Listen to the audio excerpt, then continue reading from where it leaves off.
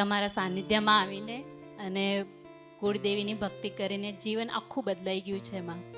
એટલી શાંતિ થઈ ગઈ છે કે હવે એવું લાગતું જ નથી કે જીવનમાં કશું બાકી રહ્યું છે. અને એવું લાગે છે કે માની કેટલી ભક્તિ કરીએ ને કેટલી નહીં. માં તમે આશીર્વાદ આપજો કે હું મારી કુળદેવીની ભક્તિ જેટલી વધે એટલી વધાવું અને એવી શક્તિ આપજો માં. ભક્તિ કરો છો એ બરાબર છે, પણ સાથે સાથે છે ને થોડા સારા કર્મ એની સાથે જોડાવતા થાવ. જેમ કે પુણ્ય કરવું સારું, એટલે કે પશુ પક્ષી હોય, પ્રાણી હોય, બરાબર, એમના નામ ઉપર પુણ્ય ચાલુ કરો વધારે. કોના નામ ઉપર? તમારી દેવી શક્તિના નામ પર.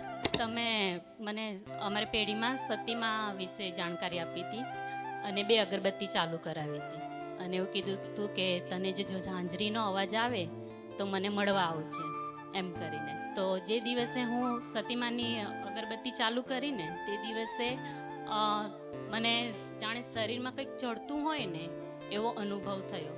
પણ મેં તાત્કાલિક જ માને પ્રાર્થના કરી કે માં મને ડર લાગે છે, તમે મને આ રીતે ના ડરાવો, તમે જે બી હોય હું નથી જાણતી પણ મને માફ કરજો, મારાથી કંઈક ગુનો થયો હોય તમારો તો તમે મને કંઈક બીજી રીતે કંઈક જણાવો, કંઈક પરચો આપો એમ કરીને વાત કીધું હતું, પ્રાર્થના કરી હતી. તો એમણે તરત જ મને મારી આંખ લાગી અને એમનો ચહેરો દેખાયો. અડધો ચહેરો હતો, કોઈ સ્ત્રીનો હતો અને બસ એ પછી હું પાછી માફી જ માંગી હતી એમની જોડે. અને એ દિવસ છે ને આ જ દિવસ છે માં કોઈ તકલીફ નથી પડી. તમારો ખૂબ ખૂબ આભાર માં, ખૂબ ખૂબ આભાર.